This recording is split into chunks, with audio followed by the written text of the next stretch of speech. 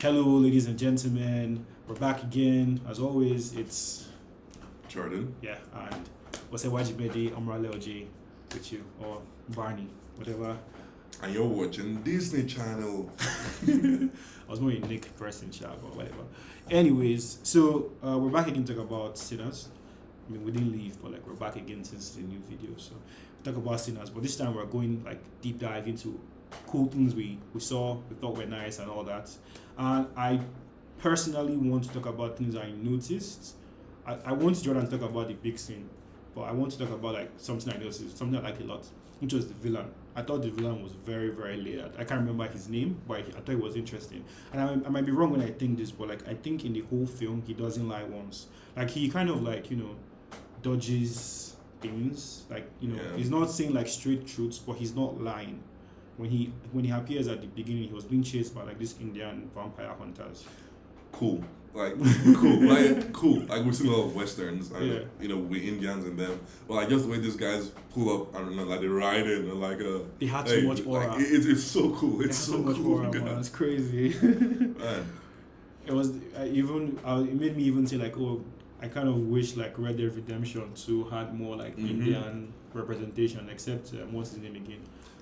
What was his name? The dude in the camp. I can't believe I forgot. Charles. Charles. Yeah. So the first time he appears, he goes to this house of like KKK members. It's funny because if they weren't KKK members, right, they most likely would have not been beaten by him at all. And he immediately noticed that he switches from like begging them to help and talking about his wife that they killed or whatever to just straight up saying Indians were chasing him. And so immediately they hear Indians, which they were Indians, obviously. But when they hear, they're like, oh, okay, come in, my white fellow white guy. They're so stupid because the first time they see me, they say, I hope you know some form of white nigger. This dude does not look biracial at all. This is the whitest white man that could ever white. So it was just so funny. And so tricking them like that, he comes in, and then the Indians come in later, and they try to talk to the wife like, oh, hey, there's this, white dude running around. He's not what he seems. Don't let him in. He's in already. We can help you. And her, she's racist now. So like, no, there's nobody here, blah blah blah. And I was like, okay, cool. The other guy notices that the sun is going down. So I think they had to leave because perhaps there were more vampires hunting their people or something. I don't know. It's not really like explained. But that was my own like headcanon as to why they just left abruptly, because they were like a entourage. There were like 5 or 6 of them. So I guess they're like on patrol or so. Well, like, how was he out in the sun before the sun set? The sun was pretty much. He was burning now, didn't you remember? Okay, yeah, there was steam. Okay, true. There was smoke on them, yeah. Which again, if they weren't so white and stupid, they'd like, hey, yo, what's up with the, Why did none of them ask, dude? You're kind of on fire right now. Racism logic, man. Racism always beats logic to them. So like throughout the whole film, like he doesn't actually like lie. Like he's dead as just telling them everything. When he notices Sammy boy, churchy boy. Preacher boy. Yeah. When there's this preacher boy, like, he's going to talk about the scene, but in that scene, right? Incredible. He's so moved, and he comes and he says, "Oh, we came to party and join you guys," which wasn't a lie because that's what he wanted. That was what he wanted. That's what he wanted. That's true. And then when he starts telling more people, he's like, I can't keep doing these half truths. He's dead ass just telling them the truth. Yo, come. I want this guy, so if you give it to me, I'll leave you guys, And it's true because I really believe he would have left them because he did not need anything from them. It wasn't about feeling because, like, he was just turning most of those people, like... To scare them. Yeah. And again, there's so much, like, very, like, subtle things with him. There's this beautiful, like, Irish song they do. And again, that thing was why I said I prefer Michael B. Jordan Stark to him, because when Michael B. Jordan is dancing with them, it's so beautiful, it's so funny and cool. He's just having a blast, like, wow, And I believe he, the Irish kind of came into like America during the early 1900s for like work and all that. So I think, he came in and probably lost his family, or maybe he was forced in, or he was tricked or something, because his goal is to get Preacher Boy to help him reunite with the people he has lost, which means he's pretty old, was it the 19? I think it's way before the 1900s because I remember like what film was it where I think it was Gangs of New York where they pretty much explained that, like, you know, the racial hierarchy of people they don't rate is like, you know, obviously black people first, black, Asians, Indians, then the Irish. So like the Irish were like viewed as a minority of their own as well. So like you really get to see that and say, oh wow, this, you know, this vampire is kind of lonely. He misses people. He wants to see them again. And you also learn that, you know, he was involved with some form of physical abuse with a preacher type person. Was it his? Who did he say it was again that taught him about our Father who art in heaven and instilled? I think he said something like when he was a boy or something. Yeah, when he was a boy. So I can't remember if it was his dad or something, but like he got through all of that. That scene was incredible though. Like, bro, you know the trope in like fantasy horrors, where like if there's a demon or a vampire going the Lord rebukes you, and you know they're going like, oh no, and you know this guy just starts reciting the Bible with him, like, all right, keep going. That's how funny he was, because like, you know, he's just hilarious throughout the whole film, and I feel like it's very hard to do like a funny character while still making them very scary because he's funny and he's scary. I could even see Jordan's face when like the preacher boy started reciting the Bible, because earlier they had showed a scene where he could recite the Bible without looking at it. So we were thinking like, oh, he'll use the Bible to defeat the vampire, and then the vampire the vampire started reciting the Bible with him, which was beautiful and very cool, because like, you know, man, dude, you're just saying a bunch of words. Even if this would work, like, you're not even a believer like that, man. You just gave a woman a head and all that. Like, so what are we doing here? That's not how it works. These are not the rules. So that was really freaking cool. I think there's something else I wanted to add about him. I don't know. I genuinely just don't think he was like evil for evil's sake, right? He had a clear purpose. He was super funny. He was actually very talented as well. I wonder if he was actually talented or he stole the gifts of like music. Maybe people had turned or something. Yeah, something, because like some of the songs that they perform are so good, the dancing and everything, like in a weird way this is also kind of like a musical. It's crazy. I feel like it is. It is kind of. Yeah. So, but like so much of it is like the music. Like the music is in almost all the best scenes of the movie. Yeah. It's good. Like, you know, and I guess that's the point, like showing like the importance of like music with like spirituality and all that. And now, speaking of music and spirituality, it's time for the coolest scene of 2025, 2024, 2023. Yes, 2020 is. 2020 is, to be honest, coolest, bro. So, you know, there's like, you know, you mentioned in the earlier part of the video, the first video, the beginning, where there's a speech off-screen type thing of, you know, the power of music. There were these people back then who could play music and, you know, channel the spirits, the past, the present, the future. Yeah. And then that introduction leads to the title card of the movie, and it's like, okay, that was like a pretty quick introduction. And then, you know, you're wondering like, what was the point though? And then in the middle of the movie, you know, Preacher Boy, I was like, what's the point? Like, that was so quick, like, what's the point? And in the middle of the movie, Preacher Boy is like, you know, at the club performing. So it's his turn to like, you know, finally come on stage, play. And, you know, he starts playing, everyone's like looking at him and, you know, just like vibing at first. And then he just like goes into the zone. It's like, you know, the voice carries everything. And, you know, it's like the standard cliche of like, you know, closing your eyes, going into the music and everything. Except when this happens, it's like I said, it was mentioned earlier, you know, channeling the past, blah, blah, blah. So it goes into the zone, the camera shifts, and, you know, we see the past, the present, the future. Like, we're seeing niggas with electric guitars, we're seeing dudes dressed like, you know, dressed like EDM bands, we're seeing DJs, we're seeing girls twerking. Twerking was good. Guys creep walking. Like, it was. A girl was doing ballet. There was a what's it called, like masquerade, doing this really cool dance. Like, so many cultures just doing their shit. Like, it was good, and it was a one shot. It wasn't like, you know, cutting to like show different time periods. It was just a camera rotation and like showing all of them. Like, just it was incredible. It was so good. It's such a majestic scene, and like the thing is, when you think about it, there's so much like really cool things. Because like you said, when the sequence starts, you hear the line that she gave again. Yeah. And then when she says the future, you see this dude with like the electric guitar, and bro is just going off. But what I was telling Jordan after, I was like, I don't even think the guy is from modern day, because he had like very futuristic looking clothes. on, obviously, like there's this generic idea of what the future looks like in films. I don't care, man. It works like this colorful, yeah, glowing, but like neon. that's how he looked. Although it could also be from 2025. People dress like that now already. But man, that I was so moved because then they now showed this older guy, this old man that was like dressed in like African wear, bro. It was good. And then was it Chinese? The Chinese flips. It was good. It was good. There's so much like when this film like comes out proper for everyone to view from their homes and all that, I feel like we most likely have to actually do like a quick break by break analysis of everything we see there, because I think there's a whole lot more that people are not like actually like realizing with this whole thing. Like it's, bro, again, like the scene legit had me feel like I was levitating, because when he does like the final like stroke on his guitar pick to when she says the future, you feel it like it's like, bro. The sound design is beautiful. There's a point earlier, was it?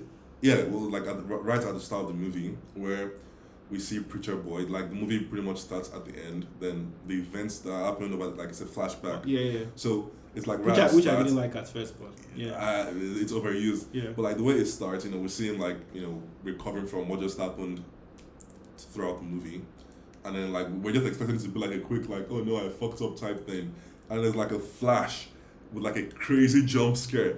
And like the sound like just goes like it's crazy. It's there were three back to back jump scares. It was like, but like fuck, oh no, because I don't like horror, man. I get scared very easily. There was like a cut now. Yeah. Storage ran out storage. So we're just gonna continue from where that stopped. Yeah. So the jump scares at the start, the sound is probably like the best part of the movie. The performance, everything about the movie is great. The performances, the visuals, the editing, everything is great. But like the sound is like the core of the movie. Like if you're not moved by sound, you're probably gonna be like, this is just alright. But like the sound is incredible. It amplifies every single thing. The scary moments, the tense moments, like the section, in the middle of the movie when the movie actually like gets into the whole vampire horror thing where, there's someone who turns up at the door. We, the audience, know 100% this is already, the person is a vampire. It's been turned into a vampire. But like no one in the house knows he's a vampire. Like it was on guard just one moment and then it vanished and then he came back and it's like, where were you? So it's like it takes like 3-5 minutes of trying to like convince them to like, and it's so hilarious. And, like, it's so hilarious and like stupid and crazy because like the character that Smoke is in love with, Wumi's character, like she's very spiritual. She's like from the bayou and stuff, so they're very in tune with spiritual stuff.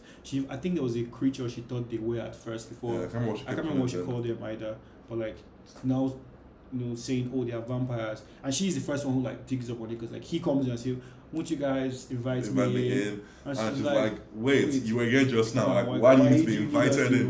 Yeah. Like, that was like, and then Michael B. Jordan's character Smoke like stands like, hey, okay, that's kind of sus. Like, what's going on here? And everybody's like, okay, she's making sense. Why aren't you just walking in? Like, you're bigger than us. Just walk right in. Nobody's going to stop you. Like, walk in. Come on. Like, that was incredible. The acting there was good. So good, honestly. It was good. So those, as great as this film is, there's still like a lot of like tropes. For instance, the scene what I talked about now, it ends with like Michael B. Jordan, the guy asking, okay, give me my money at least, and he hands it to him. I'm like, okay, dude, why didn't you just like throw the money on the floor? Throw the money, like why would you stick your hand out? Stick your hand out and then he almost like kills him and everything. There's also another place where again that scene also like pretty cool where like he was expecting him to try, like like as soon as he pulls the hand, he just like whips out the gun immediately, like he was ready for that. Bro, because he the way the scene was so tense, he was like, something's going on, and like he literally just like shot Haley Steinfeld and saw her run through. So at this point, it's like anything is possible, right? Like he's beginning to realize that there's more to life, and which is cool because like earlier, okay, so if you've seen the film, you know this already, but like he lost his child with Mumi's character like years ago, and that still hurts him. And so when he comes back, she's like, oh, blah blah blah, that she's been praying to protect him. It's like, why couldn't that protect our kid? He says he doesn't know why, but she also says that like, do you still have dependents? And he does. So I think that kind of like insinuated that she was indeed like Protecting him the entire time. And throughout the film, he still has it on to like the ending. And as soon as he takes it off, he gets shot. Exactly. Like that. So you know, the little things like that are just like so freaking good. I felt bad for this one guy who just like kind of passed out at the party, and so just assumed it was blood on him when it was like I think it was wine or something. And so they took him. This already what did piss me off because like when they took him out, like they can just throw him out, but they took him outside when they could have just thrown him out. And then when they threw him out, the other guy from earlier like found him and turns wow, just the tension there where because they find him inside passed out in wine, and then they assume it's blood, somebody turned him. Yeah. So that there's like a tension like, wait, is there a vampire in here with us right now? Oh, yeah. So like they're all going around like taking garlic to like see which one of them is a vampire, and then there's two characters who like react harshly to the garlic, and then Smoke is just like, hey, don't you try now? Why don't you want to eat the garlic though? Like, and why are you acting funny towards the garlic? You know, like that was incredible. And then the guy wakes up outside drunk and is like, yo, Smoke, let me back in. And he's like banging the door, and everybody's like, come on, open the door. And that guy as soon as they open the door, the vampires are there, and it's like, oh god. That's it. Also, I just remembered because I was talking about Michael B. Jordan's performance. I feel like I talked about it in the dancing, but from the moment like Stark becomes a vampire, he just gets even more good. Like he's likable already, but he becomes so much more funnier. He's so much more witty. He's just very charming. It's like he makes like a strong argument to his brother as to why they should become vampires because he tells him like, look, this party thing we had was cool, but like even if this vampire guys didn't come, white dudes will probably come eventually, ruin everything for us. We're either going to run in again, people might die. Like now we have real power. Like if we are vampires, we can all be together, we can have real power. And like for a second, like Smoke is almost like drawn to that because he loves his brother. Tempted. Yeah, so they have to like pick him back up. Another funny thing that was so stupid to me was when the lead vampire guy comes, he's like, oh, he just wants Preacher Boy, and then Preacher Boy wanted to comfort. I was like, bro, like, you're not a hero. You're not that guy, Paul. You're not that guy, bro. Stop doing that. This is not your thing, man. Like, if it was in a Marvel movie, like no, let me save the day. I'm gonna step forward. Like, it was so funny, man. Like, dude, there's also a really cool scene as well when him and Smoke were like together, and Smoke tells him like, yo, dude, I know you're having fun and all, but like this life is for me and my brother. We are the bad ones. I don't want this for you. It's like he doesn't care. He's going to do it. It's like, dude, if you continue this shit, I will kill you. I was like, well, they shoot me now. And then Smoke bringing a gun is like, oh, I'm a soldier, boy. He just gave me an order. I will shoot you. That was good. That was so cool. Like Michael B. Jordan was like so good with those moments in that film where like he just goes crazy and it's like, all right, I see you. Yeah, like it's pretty freaking cool. Another really nice thing now, but you know when you're watching the film, you always feel like, oh man, this doesn't make sense. And we had like those little moments. For instance, like Jordan was speaking about like how did he even... Yeah, it was like saying it kind of doesn't make sense for like vampires to just turn and immediately become evil. Yeah. And the film addresses that because like the way the world this one works is like you have an original vampire that turns you. You can survive without the original vampire being there.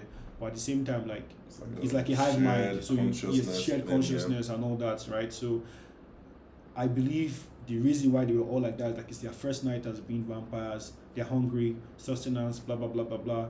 And obviously, you're with your fellow vampires, so why not just do what you're doing? But even in that, you see little like human moments, like when, like the moment I just talked about with Stark telling his brother, like, bro, we can be together. And there's a scene where, like, when Smoke loses his girlfriend, like he kills her. To stop her from turning. Yeah, Haley Steinfeld's character, I think Mary, and Stark are like, dude, why did you just do that? Because they love her. They wanted all of them to like be together and like rule and do everything. So like, dude, why would you just do that? Like the way he did it was so good. Like because like it really surprised him when he hurt him, so he left. And I think that was like the first hint of like, okay, there's more to this because we're asking like, are they not supposed to do that? Yeah. So it's like, so that was very cool. And then by the ending, the post-credit scene, you actually see, you see like two of them come back. Haley Steinfeld looked so good, by the way. Ooh. And and then Stark was cool. Another really cool thing I noticed was like he had more of like a because he dressed like all these like Brooklyn people from Brooklyn in America, in New York, and I think his accent became a bit more different. More modern. More modern, which was very cool. It kind of reminds me of like, I don't know if you've seen Interview with the Vampire. You have, right? But the way Louis' accent changes from modern time, just little things like that just add a lot to like what you're watching. And it was so cool because like you see Preacher Boy survive, and just his reaction to seeing his cousin, there's a bit of fear on his face, but he's also like very happy to see him. I'm wondering, okay, what's happening next? And then he explains that, oh, my twin didn't kill me, he couldn't kill me, but he told me to promise you not to hurt you, which is very cool. And Haley calling him Sammy Boy again. I like when like older vampires talk to like old humans and like baby devils. You're still a kid. Yeah, I can't just get out of that whole like trope in vampire fiction. So, man, see, that's the thing. Like I've been thinking of what was the flaw with this film. My bro, I don't really know, man. It came close to because the way they like killed the bad guy, a bit cliche-ish, but like they make up for it with like the ending is and moving. The post-credits. Yeah, bro, the sequence of him killing those white dudes brought so much joy to my heart. Like I was so happy, and then they bookend the whole thing with him seeing his baby again and carrying his dead baby. I'm sorry. It was an incredible movie. Like, yeah, honestly, for sure, you should watch it. You should. Like, obviously, if you're watching the spoiler section, you've watched it, and you probably do agree. It's incredible. It's so good. Yeah, so good. We didn't do like a call to action in the last video, but I feel like I heard like for YouTube it's good, so we do that. So please leave a comment. Tell us what you think. Argue. You hated this film. Tell us why you hate it. We want to see because like maybe racism. If you're not white and you hated this film, we'd like to see why you hated it, because like maybe it's like a first view thing. Maybe if we watch it again we'll have more issues. I don't think so. Because I was very like glued into the screen and I didn't really find problems. I thought like the camera work was. Shout out the cinematographer. I feel like we didn't talk about her. She did very good work on this. I think she was also the cinematographer for Wakanda Forever. Not the biggest fan of that film, but like great work regardless. I think she did Creed too. I might be wrong, but she did. She's already freaking goated in my eyes. So yeah, Ludwig, my boy. OST. You know that cringy thing where they say black people are always telling white people you are now part of us. You are part of us, my bro. Nobody's doing it like you right now. Nobody's operating on that level. The part of the score where like you hear that male voice and you're like